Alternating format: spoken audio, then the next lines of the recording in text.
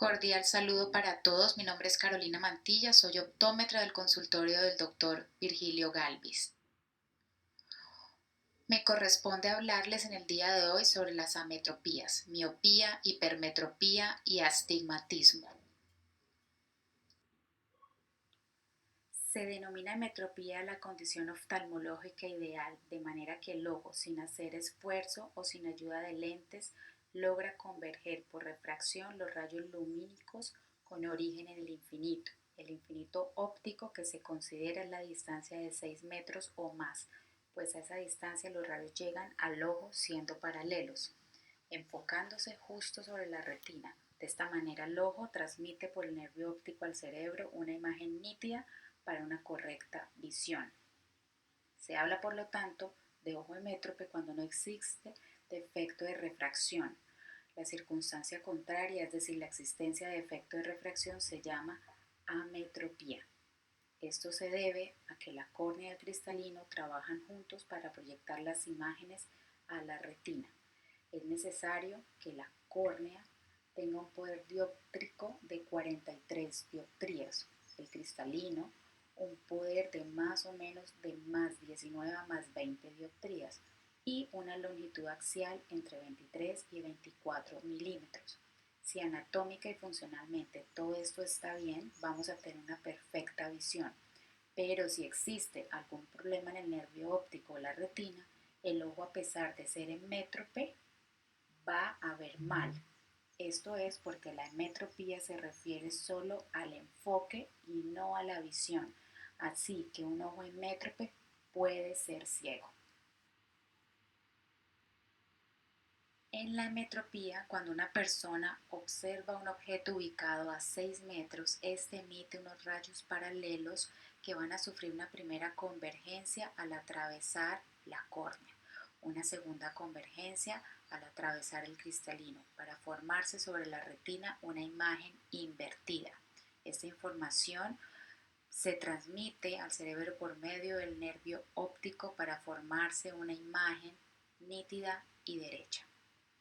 Cuando el mismo sujeto mira un objeto de cerca a 40 centímetros, acá se requiere de un aumento en la convergencia óptica del cristalino para poder enfocarlo en la retina.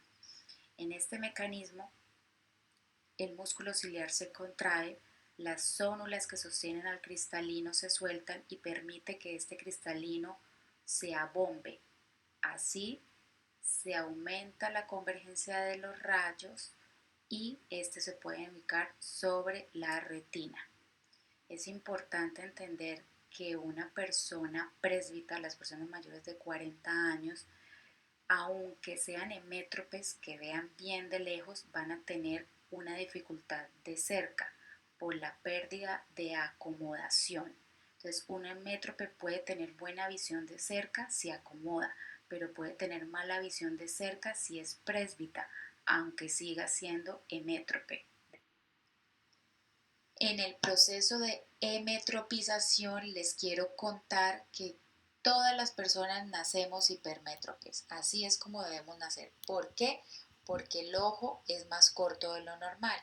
Quiere decir que más o menos en el nacimiento el ojito tiene una longitud axial de 16. Para eso corresponde una hipermetropía de más o menos 3 a 4 dioptrías.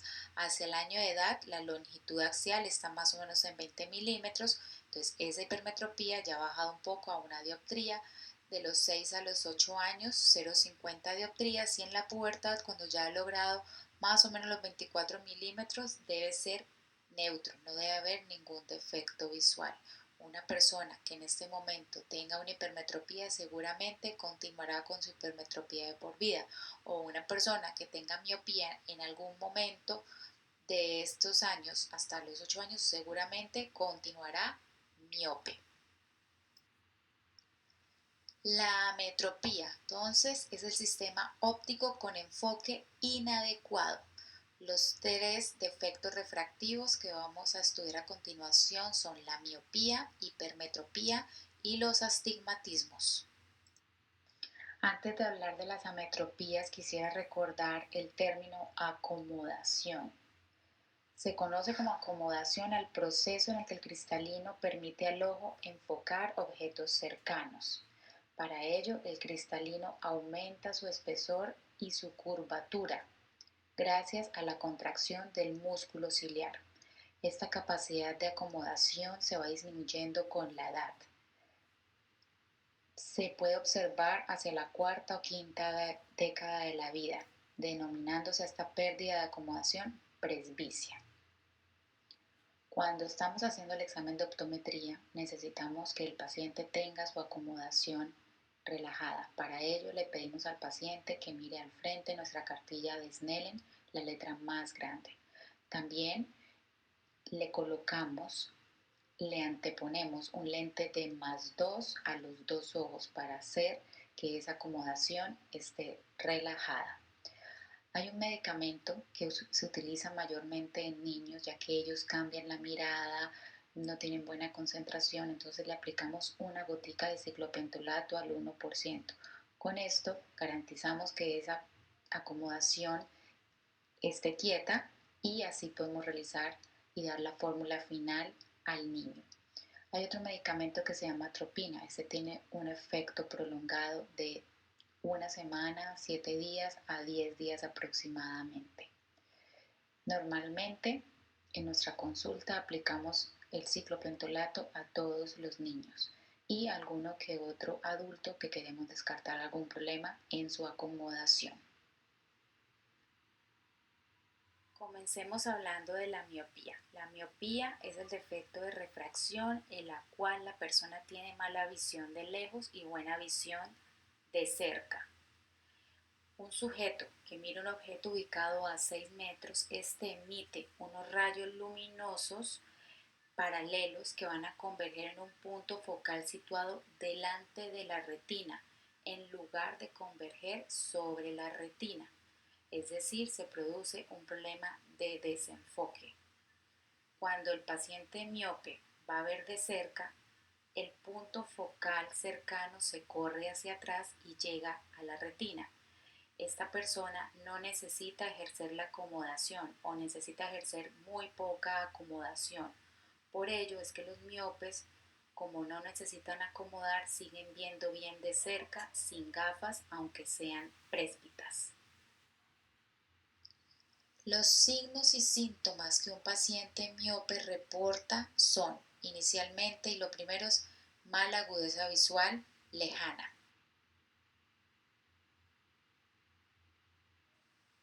Efecto estenopeico es cuando el paciente aprieta los ojos para poder enfocar mejor. Esto hace que los círculos de difusión se disminuyan y aclare un poco la visión. Los miopes prefieren actividades de cerca. Ellos son buenos lectores, pero no les gustan las actividades al aire libre. Son malos deportistas.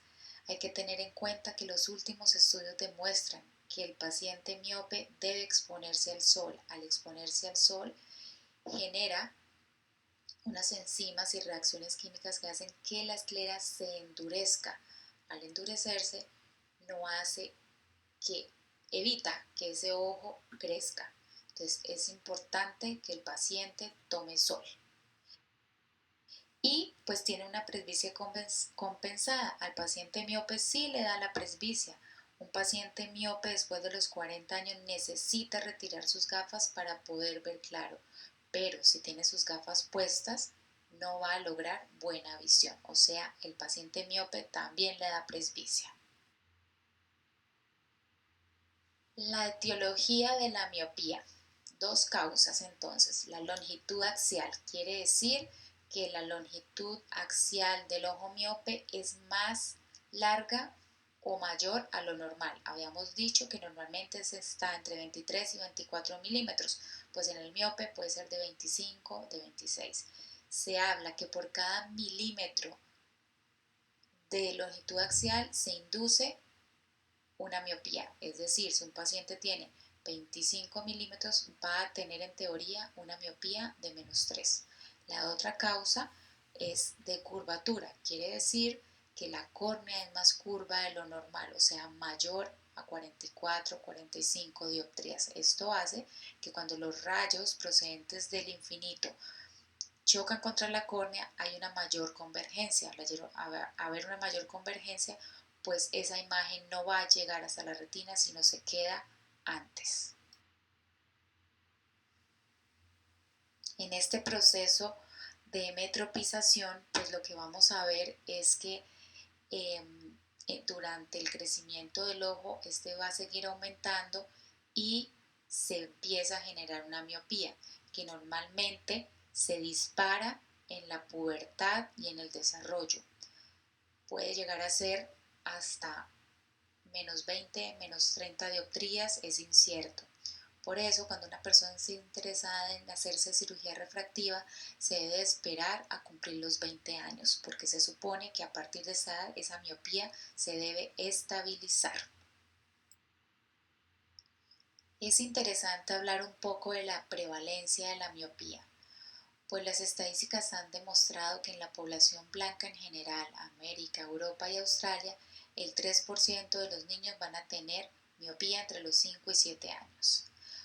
El 8% los niños entre los 8 y 10 años van a desarrollar miopía. Un 14% en los niños entre los 11 y 12 años y un 25% en los niños durante el desarrollo.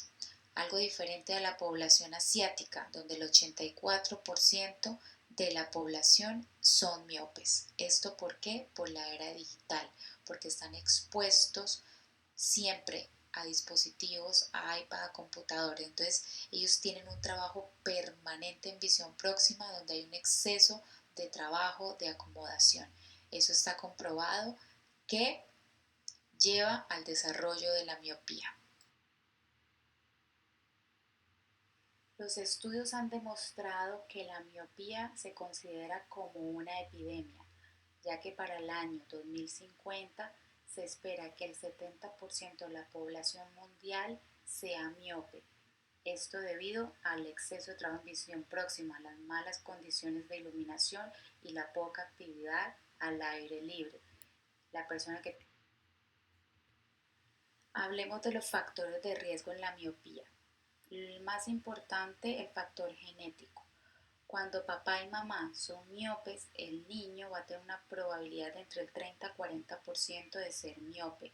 Cuando uno de los padres es miope, el niño va a tener una probabilidad del 20 al 25%.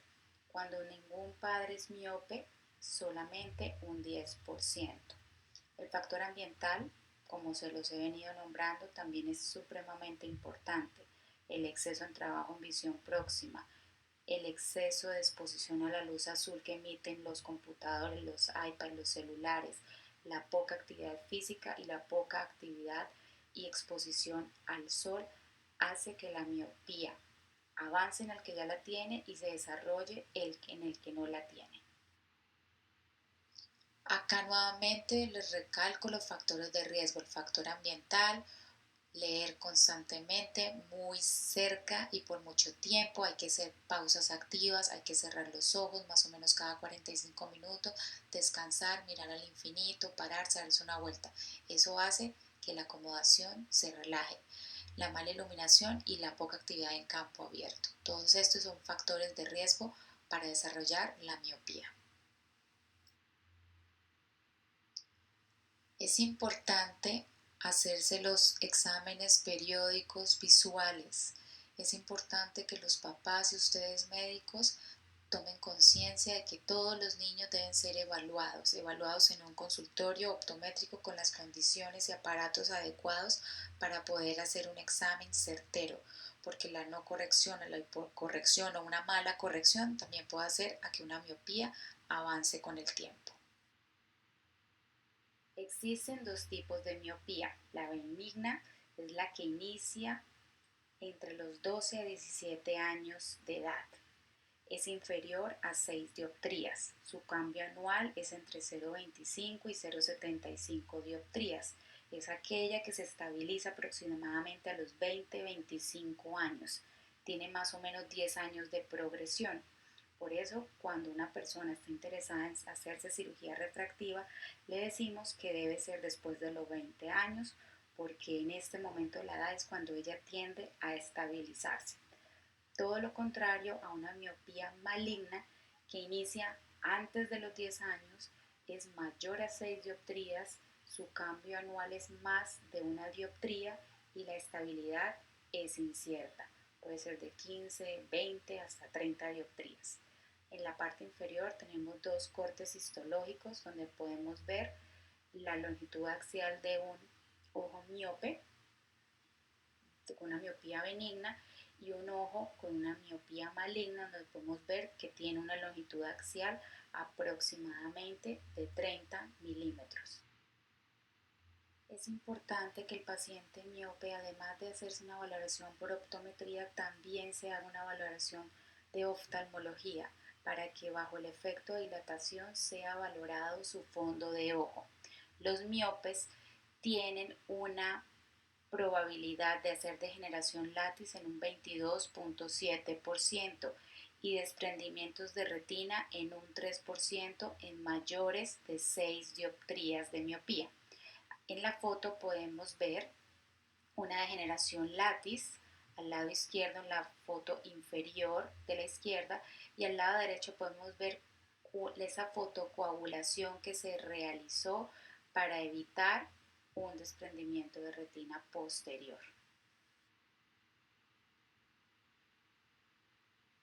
Entonces, doctores, es importante para la prevención una detección y corrección óptica oportuna, promover las actividades en campo abierto y súper importante que los pacientes miopes eviten golpes fuertes en la cabeza. ¿Por qué? Porque tiene una retina que es más delgada, porque su ojo ha crecido más de lo normal, esa retina se estira un poco y es propensa a hacer desprendimientos, adelgazamientos de la retina. En la hipermetropía, los rayos paralelos procedentes de un objeto lejano están enfocados por detrás de la retina, porque el ojo es generalmente muy corto. Por ello, el objeto lejano está desenfocado en la retina. Adicionalmente, al observar un objeto cercano, el enfoque estará todavía más atrás, porque sus rayos son divergentes.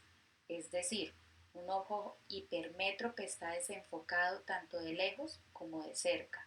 Sin embargo, en un paciente joven, como el ojo puede ejercer mucha acomodación, hasta 15 dioptrías en un niño de 5 años, va a compensar ese defecto.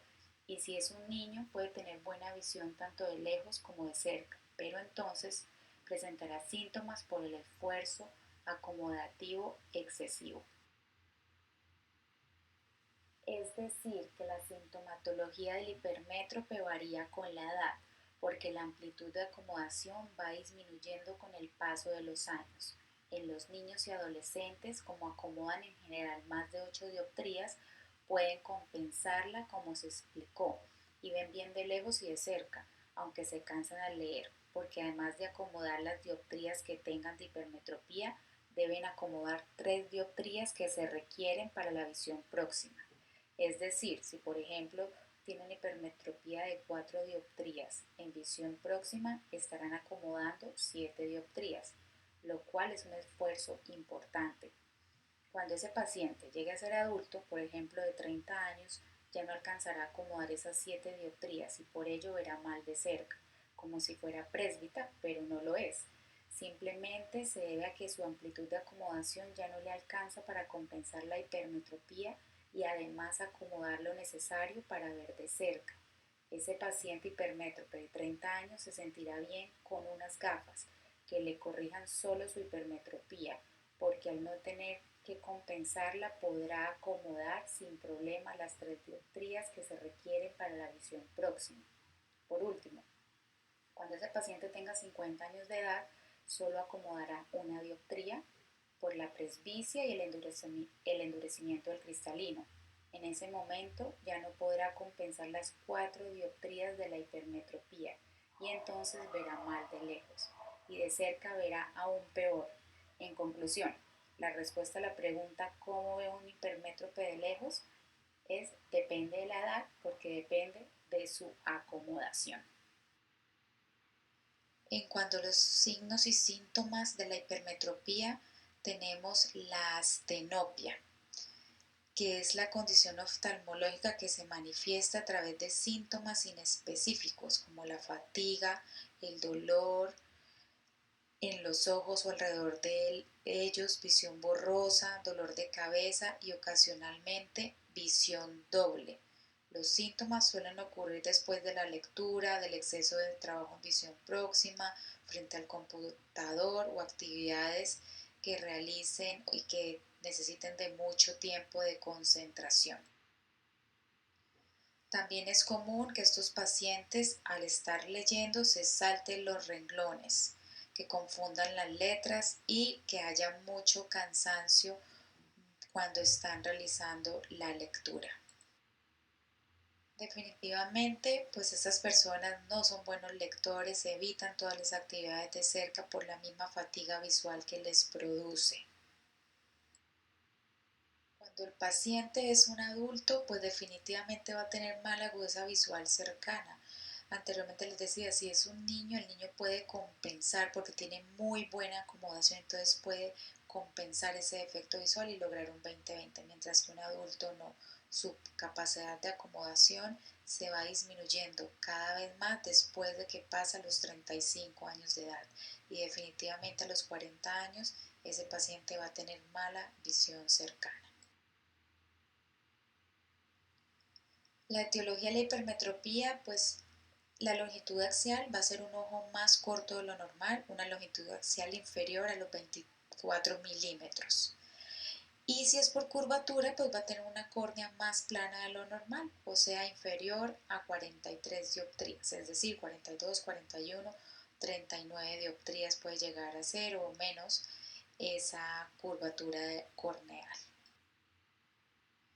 En el proceso de la emetropización en el paciente hipermétrope, pues simplemente ese ojito como va a ser más corto, va a seguir con una potencia de óptica mayor, o sea, va a ser hipermétrope a los 8 años y va a continuar así. La hipermetropía es importante saber que es uno de los defectos como más estables, uno de los que menos cambia y normalmente en la pubertad se estabiliza. Una de las patologías asociadas al defecto visual hipermetropía es el glaucoma agudo de ángulo estrecho. En el glaucoma se eleva la presión intraocular por un bloqueo repentino en la salida del humor acuoso hacia la cámara anterior. Esto suele pasar por la predisposición anatómica, en el que el ojo hipermétrope tiene una cámara más estrecha, es un ojo más pequeño. Además, con el paso de los años el cristalino se va endureciendo o aumentando su tamaño. Es importante que en el momento de dilatar la pupila en un paciente mayor de 40 años observemos primero en la lámpara de hendidura ese ángulo, porque podemos cerrarlo, bloquearlo y llevar a un glaucoma agudo de ángulo estrecho. Otra patología asociada pues es el estrabismo, muy común en niños. El 90% de las hipermetropías moderadas y altas pueden surgir con estrabismo. El estrabismo es la desviación de los ojos hacia adentro, sería una endo, hacia afuera una exotropia, si el ojo permanentemente está hacia adentro o hacia afuera, o foria si ocasionalmente hay el imbalance. Entonces, exotropia o endotropia, endoforia o exoforia. Es importante a estos niños darles la corrección máxima que se pueda para que esos ojitos queden derechos y esa imagen desenfocada llegue directamente a la retina y ese ojo logre una buena visión nítida y perfecta, haciendo que ese ojito quede derecho. De esta manera podemos evitar las ambliopías que ya les explico a continuación. La ambliopía hace referencia a que ese ojo no se acostumbró a ver claro, entonces no logra una visión de 20-20. Es lo que vulgarmente decimos es un ojo perezoso. Es un ojo que hasta los 8 años no logró desarrollarse como era, entonces se volvió un ojo que se acostumbró a ver borroso y no logra esa visión perfecta del 20-20. Acá podemos ver un niño en su ojo derecho tiene una hipermetropía de +2, tiene buena visión, tiene buena capacidad de acomodación, mientras que un niño con una hipermetropía ya de +4 y con un poquito de estrabismo, su ojo está desviado. Eso quiere decir que los rayos no van a llegar a donde debe ser y ese ojo se vuelve perezoso. Evitar realizar solo el tamizaje visual de agudeza visual a los niños. Recuerden que el niño hipermétrope ve bien de lejos y de cerca porque acomoda mucho y no se va a lograr detectar solo tomando agudeza visual. Es importante realizar un examen de optometría completo con su refracción y ojalá bajo el efecto del ciclopentolato al 1% para lograr paralizar el músculo del enfoque y que nos dé su defecto visual verdadero. Sospechar cuando hay bajo rendimiento escolar y sospechar cuando el niño se queja de dolor de cabeza, cansancio, dolor en la frente. Continuamos con nuestro tercer defecto visual, el astigmatismo. El astigmatismo es aquel defecto visual que tiene infinidad de focos limitados por dos focos extremos, porque hay un meridiano más curvo y otro más plano, con infinidad de meridianos intermedios. Existe el astigmatismo hipermetrópico, donde los dos focos se van a focalizar después de la retina, el astigmatismo miópico, donde los dos retina, y el astigmatismo mixto, donde un foco pasa a la retina y el otro queda antes de la retina. Esto produce una imagen borrosa tanto de lejos como de cerca, dependiendo de la cantidad del astigmatismo que se tenga. La etiología de los astigmatismos es una córnea tórica. En la primera imagen puede ver una córnea esférica, es una córnea que en todos sus meridianos va a tener una misma medida. Así surgen defecto visual, miopía, hipermetropía y las emetropías. Por el contrario, en el astigmatismo la córnea tórica tiene un meridiano más curvo y otro meridiano más plano.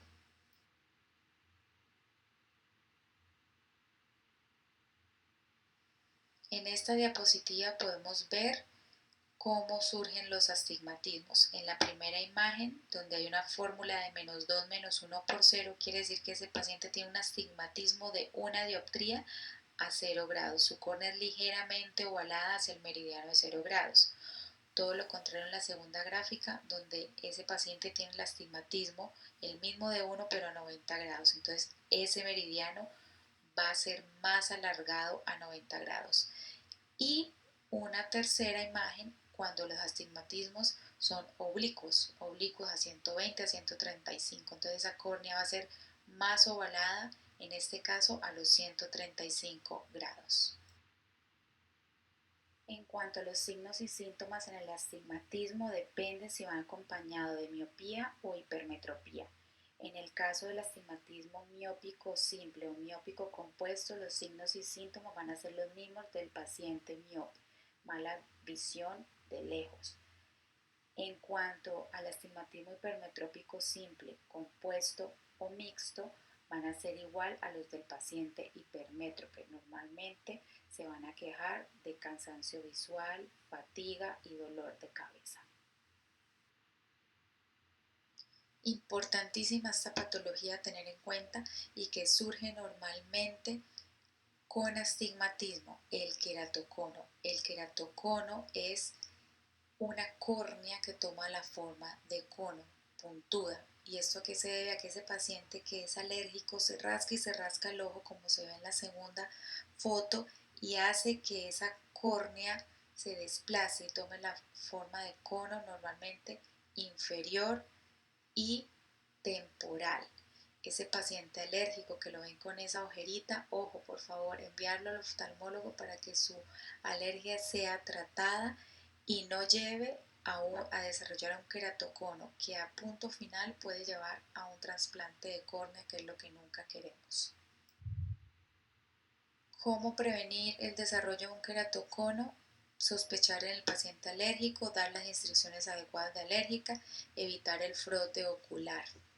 El queratocono normalmente surge con astigmatismos oblicuos, con astigmatismos irregulares, o sea, no son aquellos que tienen 0 grados, que no son a 0 grados o 90 grados, sino son a 135, a 120, no corrigen un 100% y ellos normalmente requieren del uso de lentes de contacto porque a veces las gafas no son suficientes por su astigmatismo, no les permiten tener una buena calidad óptica. Vamos a hablar un poco de la corrección en gafas. Primero, hay que recordar que un lente convergente es un lente que hace que los rayos que lo atraviesen van a hacer una mayor convergencia y se traen una imagen que está al infinito, la traen a la retina en este caso. Es un lente que es convexo o positivo, es un lente que al estar unido por dos prismas por su base va a tener un mayor grosor en el centro. Este lente hace que las imágenes se acerquen y aumenten de tamaño. Todo lo contrario a un lente divergente. Es un lente que está unido por el ápice de esos prismas, que cuando los rayos choquen contra él van a diverger, van a llevar la imagen hacia atrás, como en el caso de la miopía. Es un lente que es cóncavo, que es tiene mayor grosor en la periferia y aleja y disminuye la imagen. Por esto, hay que tener en cuenta cuando van a comprar gafas los pacientes miopes que hay que escoger una montura más pequeña. Entre más pequeño sea la montura, pues ese lente que va a ser más gordito en el centro se puede cortar en el laboratorio.